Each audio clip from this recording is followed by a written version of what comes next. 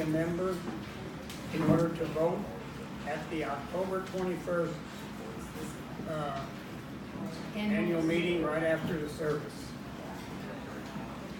And you only have to sign it if you haven't signed it. Yeah, only sign it if you haven't signed it. So you have to sign in for the October 21st meeting on a sheet to be a member. It's passing around if you haven't signed. I've heard that somewhere before. We're going to have our annual meeting on October 21st, and to vote, you have to be a member, and to be a member, you have to just sign a sheet, and that makes you a member. Even though we've done it before?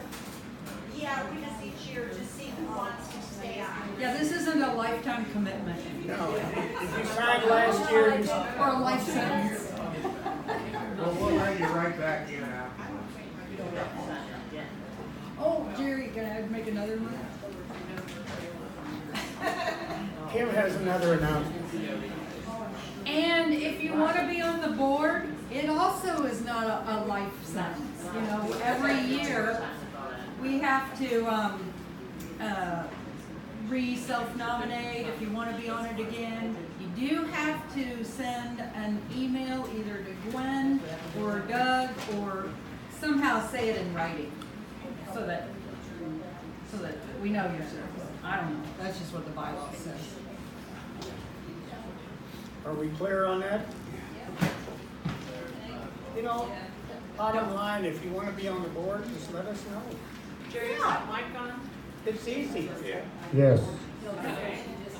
Can you hear me now? I can hear you now. Also, one more very important announcement. Excuse me. Cheri Jamison will be performing at the Parliament of World Religion, which will be held, when is it? In Toronto, but when?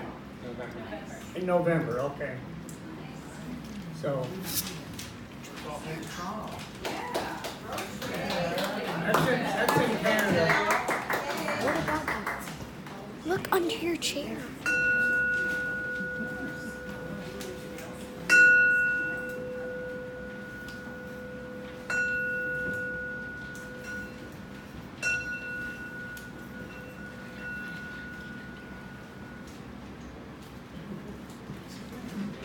We ring the bowl in universal oneness and feel the vibration that unites in love and peace. Our pre-lit candle symbolizes the Christ-like presence in all. Well, it says introduce myself, but I already did, so I hope you didn't forget now. If you guys haven't already, please mute your phones at this time.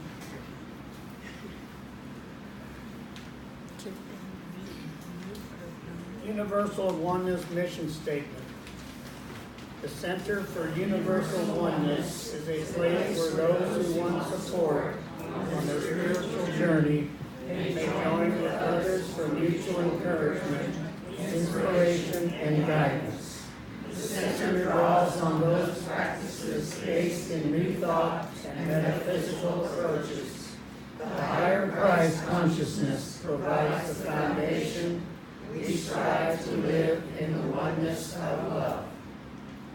And our vision statement, extending into the world, faith, love, peace, and joy. Now, Barb, would start us off in prayer, please.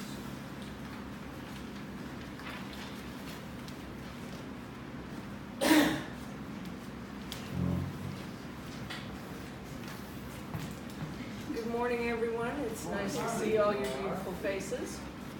If you'll join with me in a brief prayer, and just take a deep breath. And if you're comfortable, close your eyes. Father, Mother God, we welcome this day with open arms. We see the joy and the beauty in the world around us. And we know that we are held in the power and the grace of God. We share the light that we each carry within ourselves so that those lights can be given to people who may have their lights currently hidden. that are still there. Let us take this day and go forth with the power and love of the Christ within. Amen.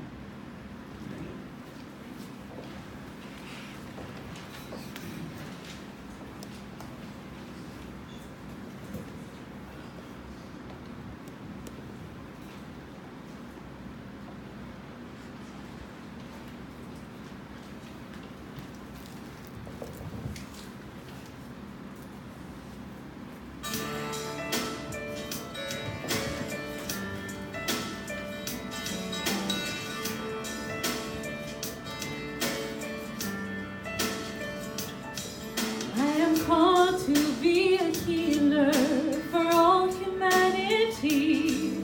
I am called to be a dreamer, believe in what can be. I am called to be a maker, be an instrument of peace. I am called to be a giver, of abundance I receive.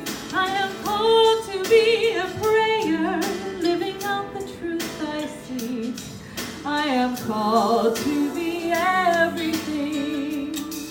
I am called to be the glory here on earth, so all might see all the love and all the beauty that shines in you and me. We are the living, breathing God, and you are one in me. We are called to be.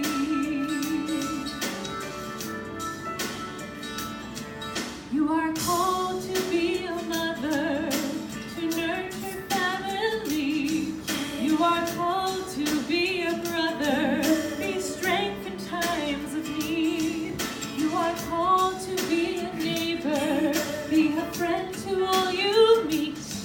You are called to be a leader, to build community. You are called to be a prayer, living out the truth you seek.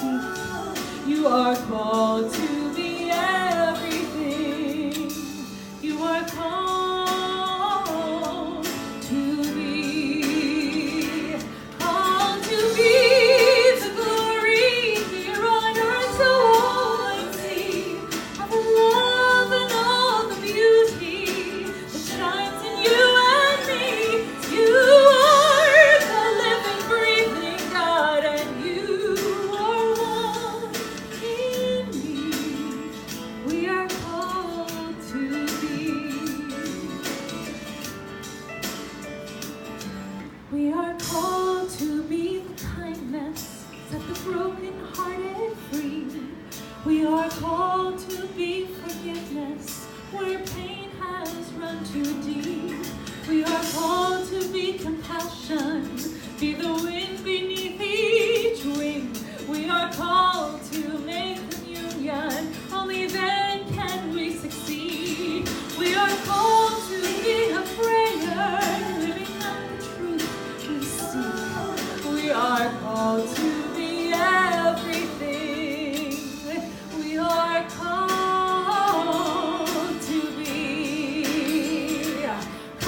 to be the glory here on earth, so all might see all the love and all the beauty that shines in you and me. We are the living, breathing God, and you are one in me. We're called to be. Called to be.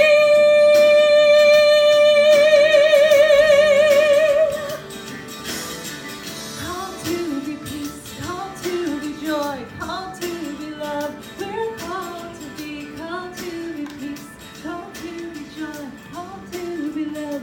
We're called to peace, called to be peace, called to be joy, called to be love. We're called to be.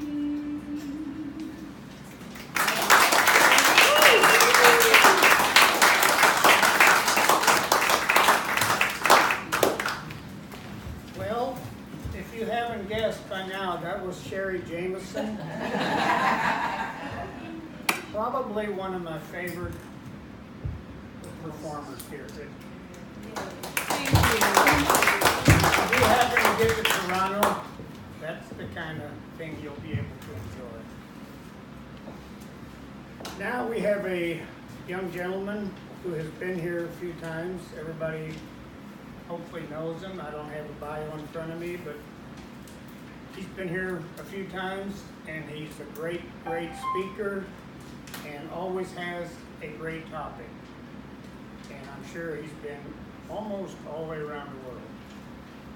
Please welcome Ben Jamison.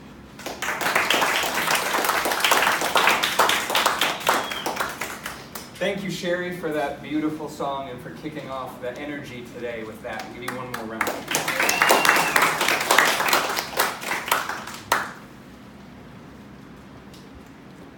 So this person is just out doing their normal routine of the day, and they hear a voice in their head say, "Sell everything, take all the cash, and go to Vegas." Yeah. And of course he gets a chuckle out of this idea, right? But ignores it, absolutely ignores it, and continues about his day. Well, the next day, he hears the same voice. "Sell everything, take all the cash, and go to Vegas."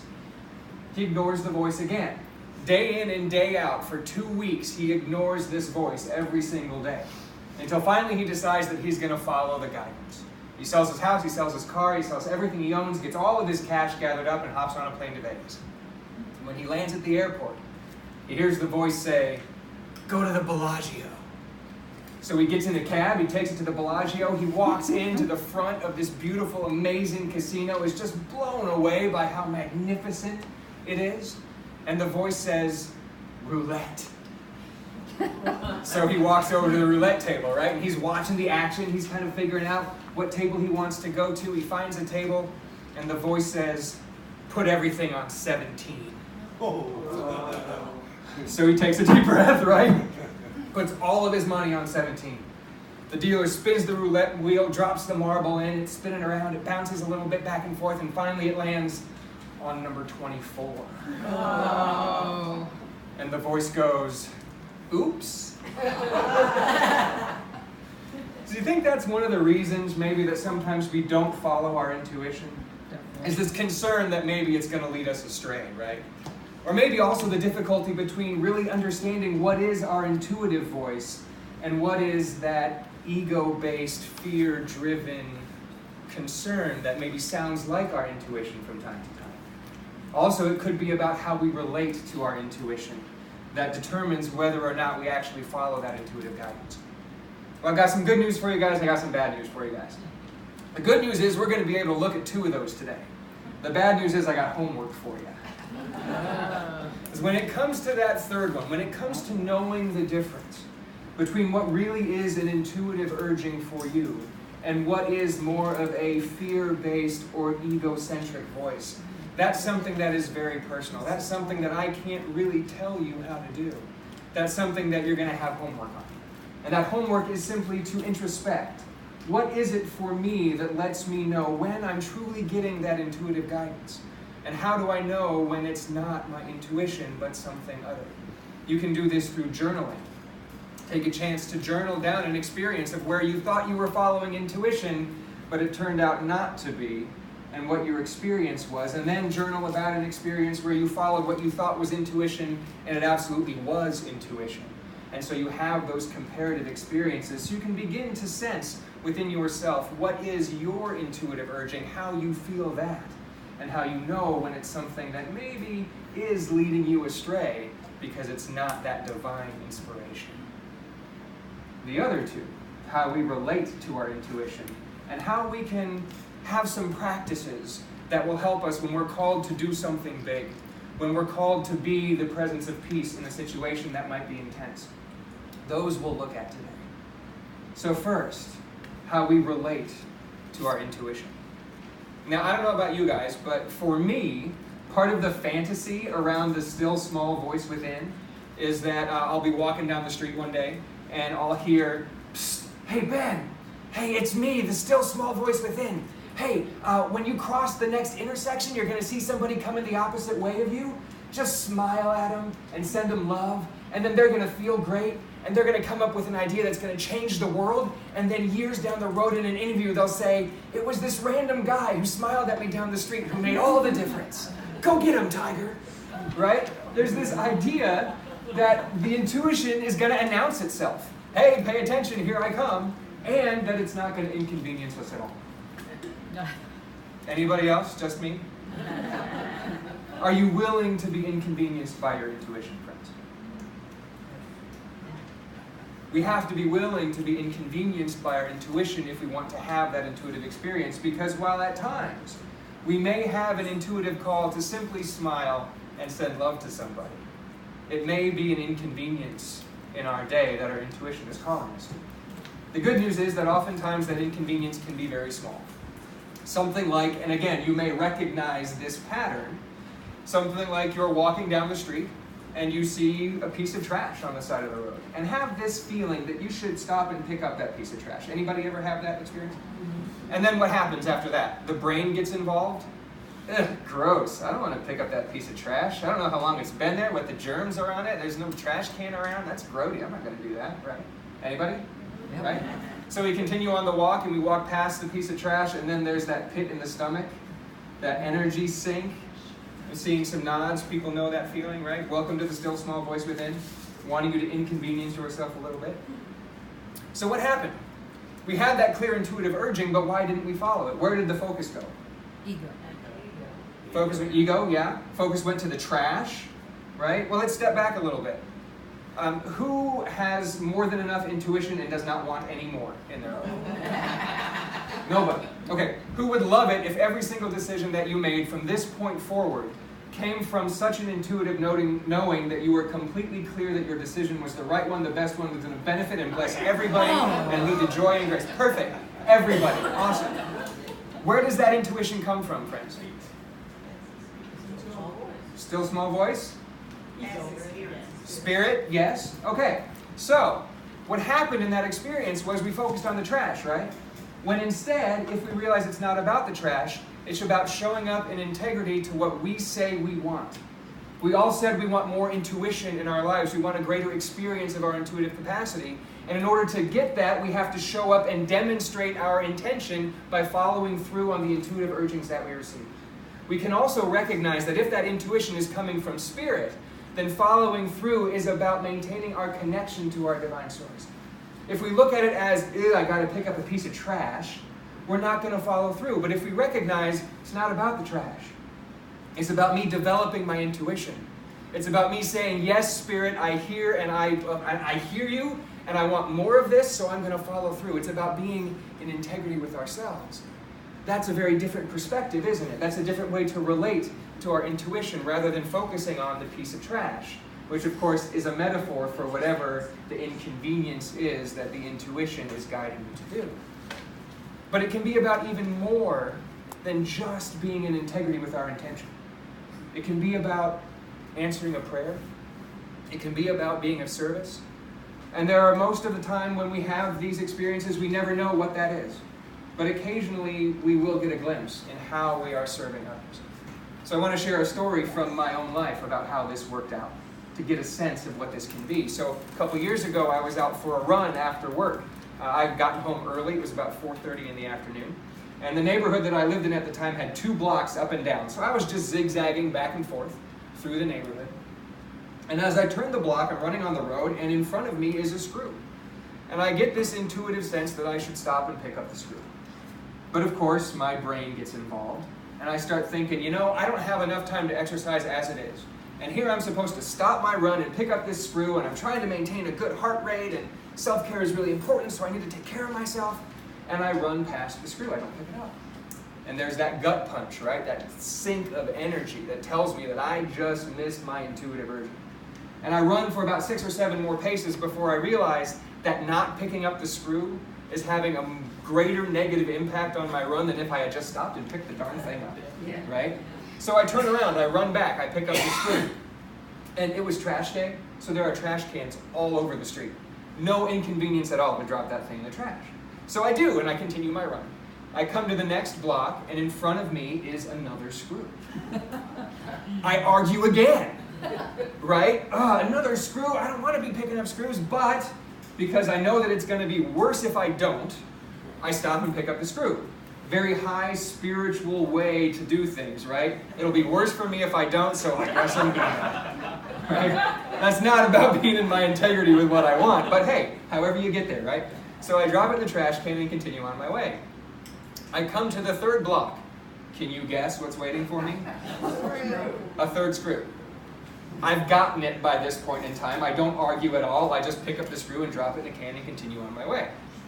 As I come to the end of that block, I'm about 30 feet from the end of the block, and standing in the road right in front of me is a snow white dove. And I'm kind of amazed because I've never seen a dove like this out in nature before, and I'm running straight at it, so I'm like, what's going to happen here, right? And because it's just looking at me, and I'm charging it down. I get about 5 feet away from the dove, and it just very calmly struts out into the road a little bit, waits for me to pass. I'm looking over my shoulder to see what happens, and it kind of just walks back to where it was, all very calm. You guys see it?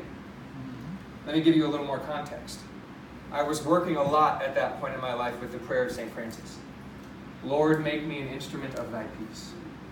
Friends, what happens to peace when screws and car tires get together?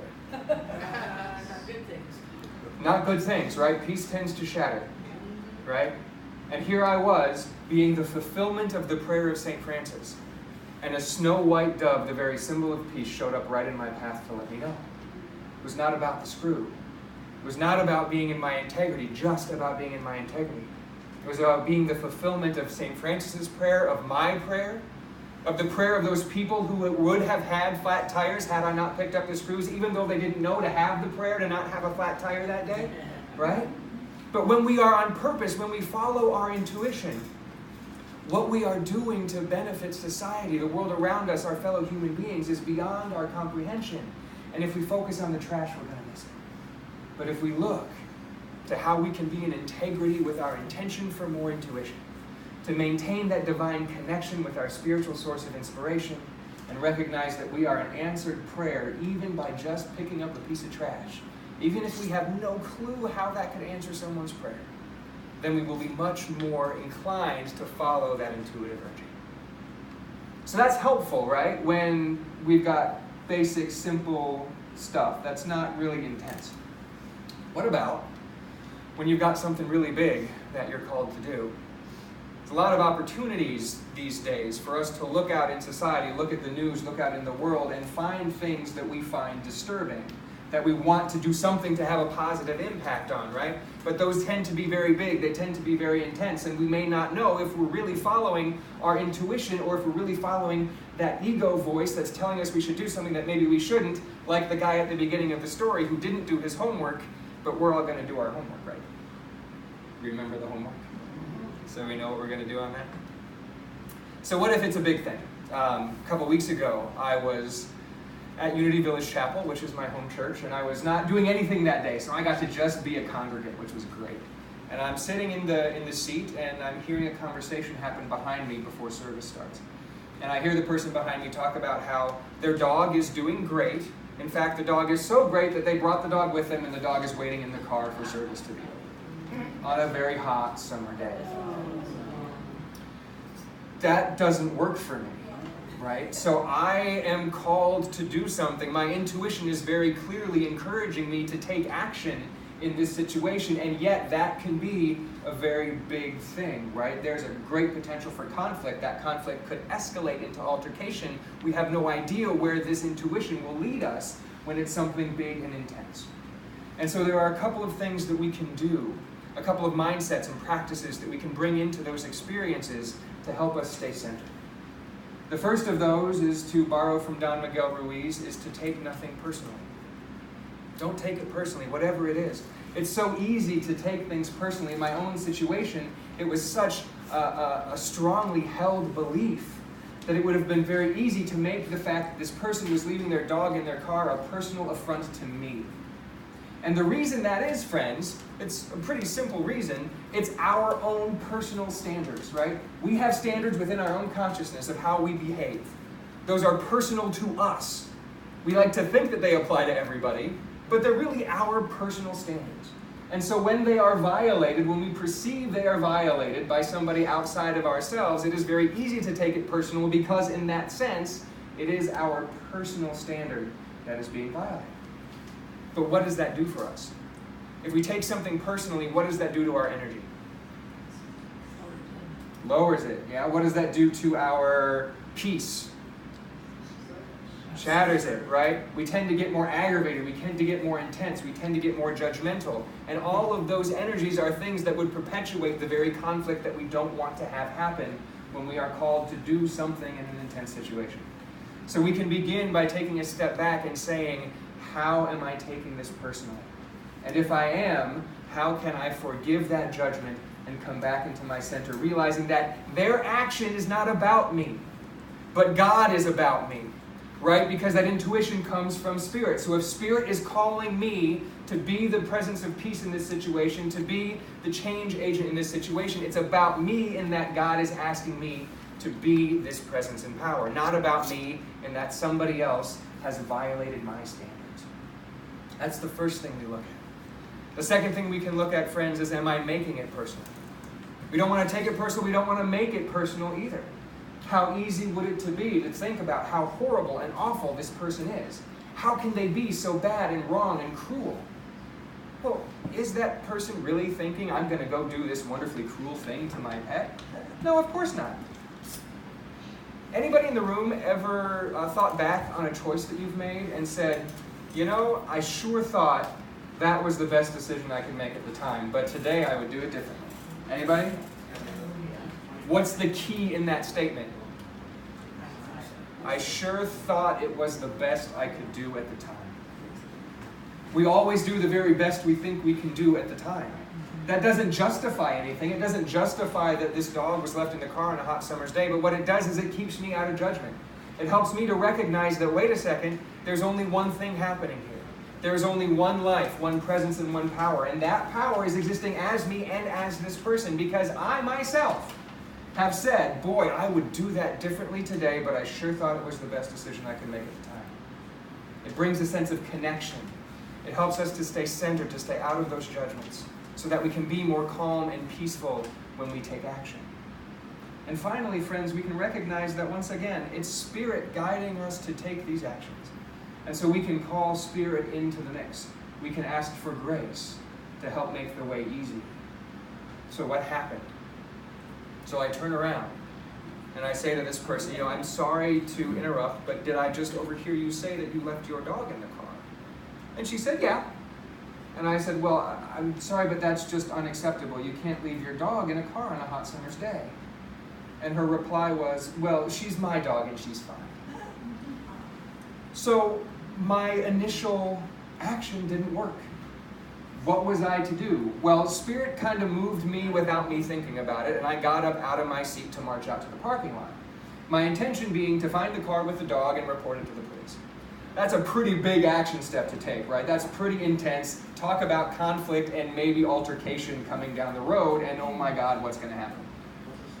So as I'm marching out of the sanctuary, I sense intuitively and can see out of the corner of my eye that this person has gotten up and is coming after me.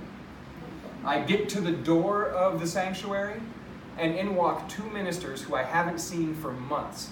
Ben, oh my God, good to see you. How are you? What's going on? How's life? We have a brief little chit chat. They go find their seats. I look around. I can't find this person anywhere. I go out to the parking lot. I'm walking up and down every row, looking in every single car, trying to find the dog, recognizing that people might think I'm staking out cars to break into, and maybe I'm the one who's going to get the cops called on me. Can't find the dog anywhere. So obviously this person took that opportunity to leave, to get their dog out of the car in their own way. And where was grace, friends? Grace showed up to wrap me in love, literally, to allow the space for this individual to go take care of the situation on their own, bypassing any altercation. It happens because we call ourselves to our intuitive capacity. It happens because we recognize that Spirit is the source, and that as we take action, if we call grace into the experience, grace will walk with us. Grace will make the way smooth. But we have to trust. And we cannot trust if we pass up the piece of trash because it's too gross and we're not focusing on the fact that it is our alignment with Spirit that we are building and enhancing rather than just about the piece of trash. So I've got one final story for you before we wrap up today.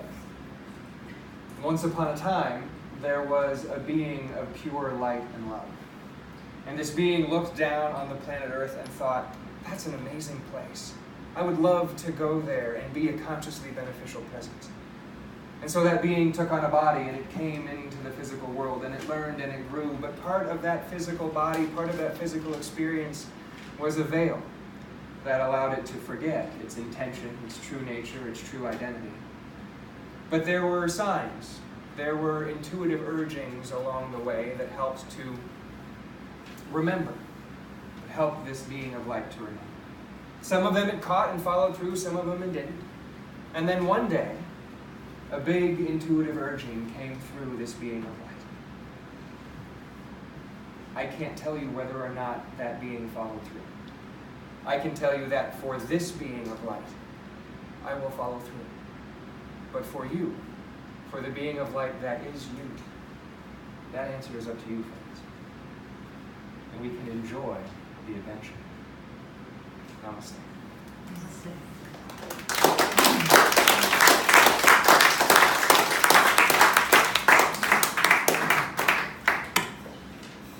Well, what's our homework? Oh, meditation. I was ahead of it. That's where my intuition failed me right there. So we're going to go into meditation. And so if you are willing, find yourself comfortable. Allow your feet to be flat on the floor, your eyes to close. And just let's take a deep breath together.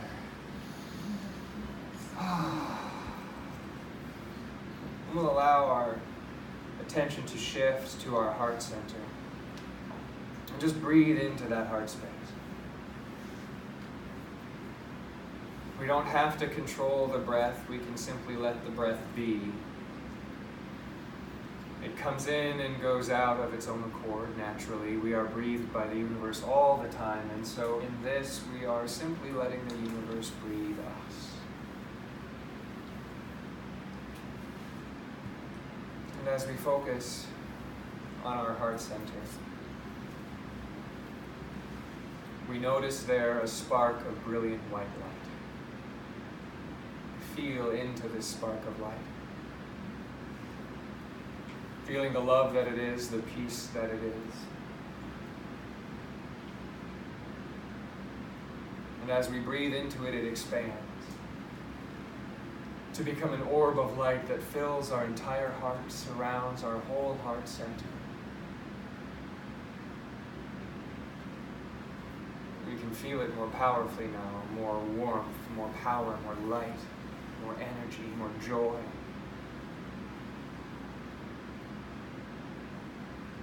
And as we feel into it and breathe into it, we allow it to expand yet again. This time to an orb of light that surrounds our entire body. Fills every single cell, permeates every atom, flows through every bit of our being. This brilliant white light, the living light of love, the Christ light, the true nature of who we are. That source of our intuition.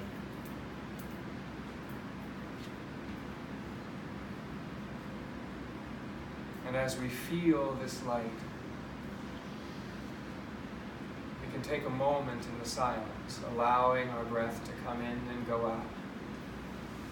Allowing the light to penetrate every bit of our being, to fill us with peace. For a moment in the silence.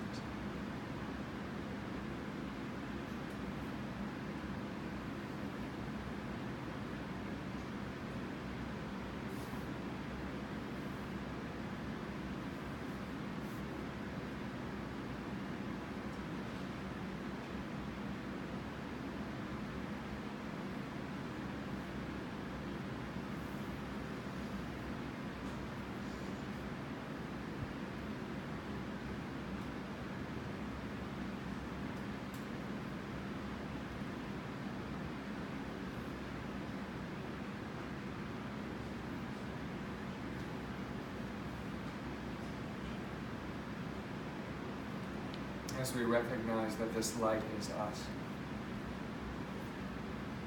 We come to an awareness that we are light workers, that we have within us and as us the ability to shape this light, to work this light, to use it for good.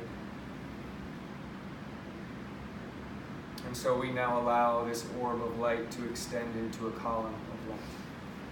We visualize the base of this column anchored deep in the core of the earth, and the top of the column going out into the cosmos. We recognize this column as the light of pure love, anchored here in this space as a beacon calling forward all those who are looking for a new way of being, a new way of life, a new way of support, of recognizing their divinity, of all those who are looking for a community to be a part of, to support, that can support them. We know that this light lifts and clears any negativity, disharmony, dis-ease, misunderstanding, misinterpretation, judgment, anything that we are ready to release and let go of. We allow the upward pull of this light column to simply and gracefully lift those things we are ready to release from our consciousness and dissolve them back into the nothingness from which they came. For a moment now in the silence.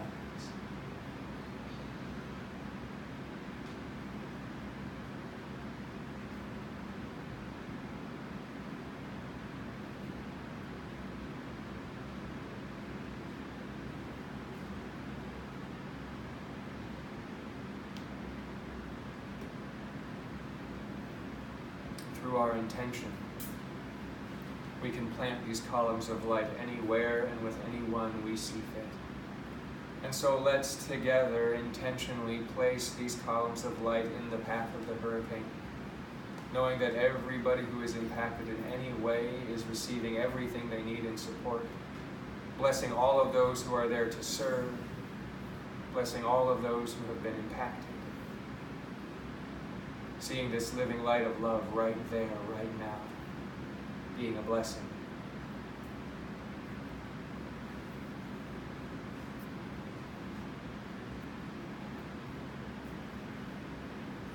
And then take a moment in your own consciousness to plant these columns of light anywhere in the world you see fit, with anyone you know who could use some more light, some more love, some more joy.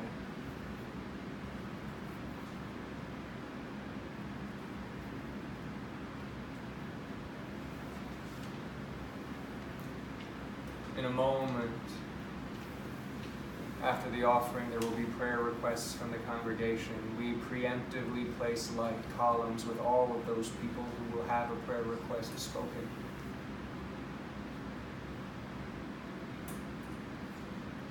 And now allow your attention to ride up this column of light out into the cosmos, looking back down at the planet. Seeing all of these columns of light extending out of the world. Seeing how beautiful it is.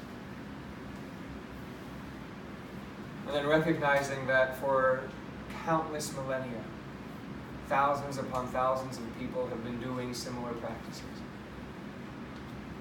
And allow yourself now to see all the light that has been planted here on this planet throughout all of history. Open your awareness to see the brilliance of it all. So bright you can see nothing else. It's just light, pure and perfect.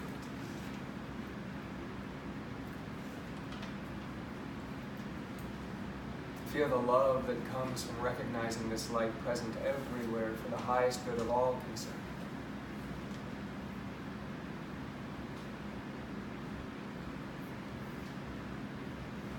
And then allow your perspective to pull back even further. The planet getting smaller and smaller and smaller until all you can see is a spark of white light. That same spark that we began with in our heart centers. With your attention now there, noticing that light brighter than it was before. You breathe in gratitude.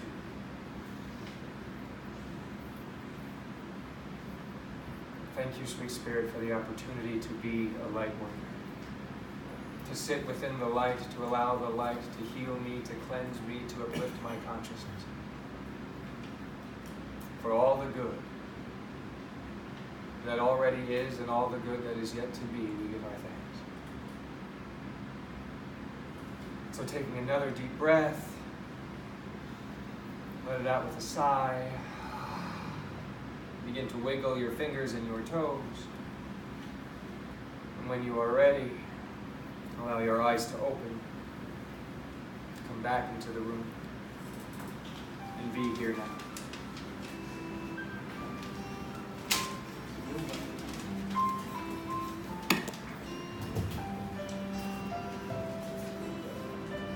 In this moment, in this place, I remember who I am, letting fear and worry fall away from me. I open my eyes and see there is only love. There is only love. Love that heals, love that sets us free. There is only love.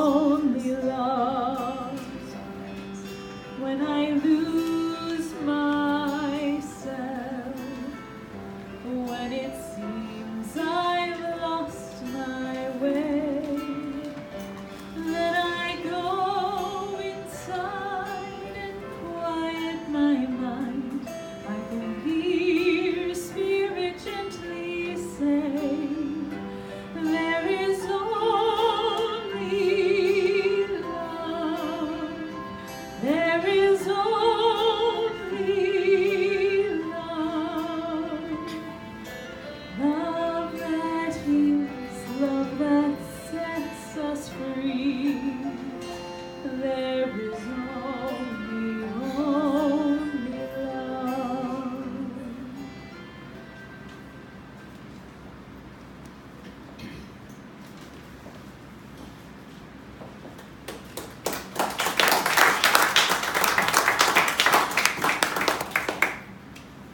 Thank you very much.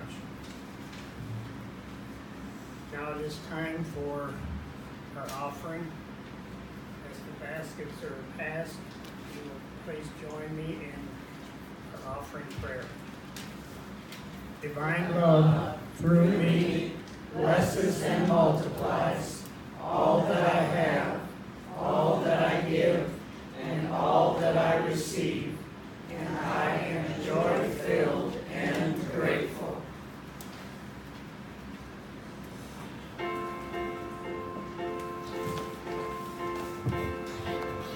This is my last song. If this is my final day, if tomorrow I'll be gone, what do I want to say? If this is my last song, if it's my time to go, if my body's moved on, what do I have to show? Oh, but for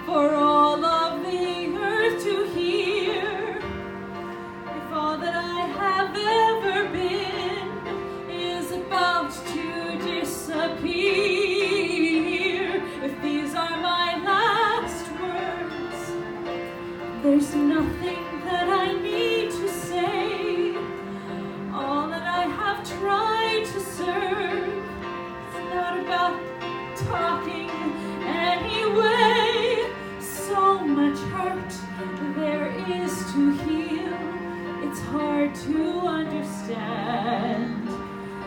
All I can hope to feel is that I'm doing what I can.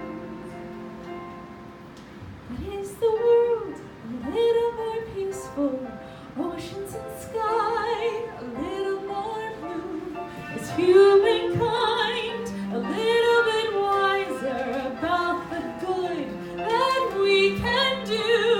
Does the sun shine a little bit brighter where before there was only rain? If so, then I'm glad I came. Have I given hope to the hopeless? Has a hungry soul been fed? Does a child stand a little bit taller 'cause of something that I said? Have I left a little kindness? Have I eased a little pain? If so, then I'm glad I came. For that, I'm so glad I came. If this is my last song, what do I leave behind? If tomorrow I'll be gone and I am out of time.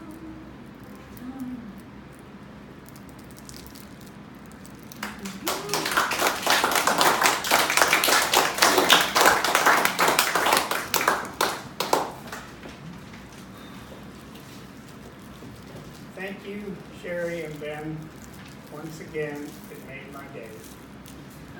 You guys are so wonderful.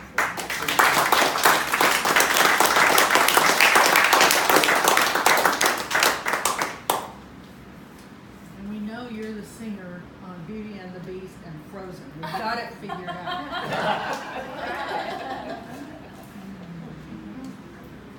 Well, I think, real quick, when I go on my next walk, I'm gonna take a pair of gloves along because I don't care what it is, I'm gonna pick it up. Could you walk over near our house, please? Once a month. Are there any community concerns? Yes, Barb. Okay, I got a short list here. You wanna come up here? No, I'm good. Ron McCorkle is having his surgery this Thursday on the 20th, and we love Ron, so let's think about him. It's a really big surgery. Karen Ives is having a rebound in her lupus, and she's having a really, really serious, I guess you'd call it attack, with her lupus. It's really affecting her. It's the worst she's ever had. And let's pray for Paige to heal her broken wrist, Ida to fix her burnt neck. And to keep her new car on the road. Amen. That's it for me. Yes. Prayers for Ellie Munger, who's having hip surgery tomorrow, that she has a speedy recovery and everything goes smoothly. Yes. And another friend down in Jamison who's having hip replacement knee replacement on Wednesday. Donnie Jamison. She's a friend of several of us from school.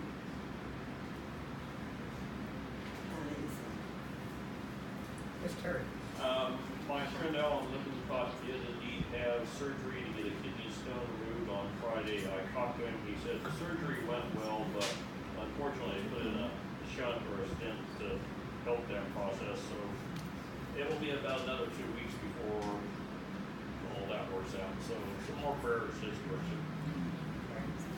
Yes, Phil. I'd like to thank everybody for their prayers while I was hiking. I made it through it.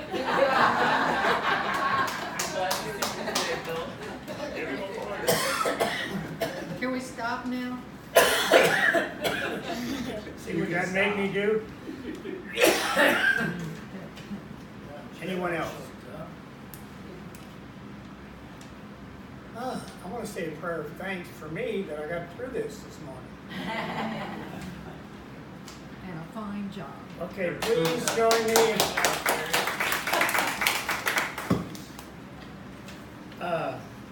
Now please join me in our prayers for concerns and blessings. Centering our minds and hearts in prayer, we let go of any thoughts of worry or challenge and simply rest in the stillness.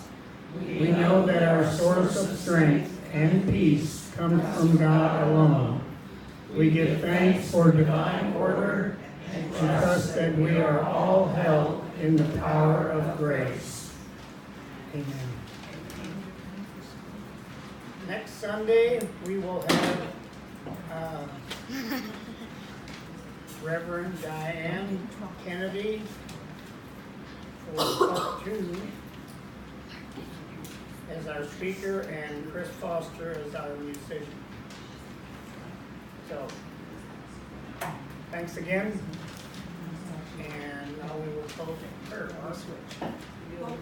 Cheri's gonna sing one song. Oh, you're going to say one more? Let's do The peace the song. closing prayer and then we'll do the peace song. Okay, that sounds good. I don't care, I'll do it.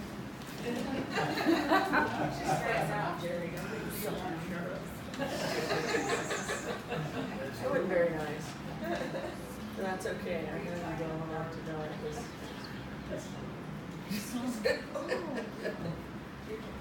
Okay, let's close our eyes and say thank you.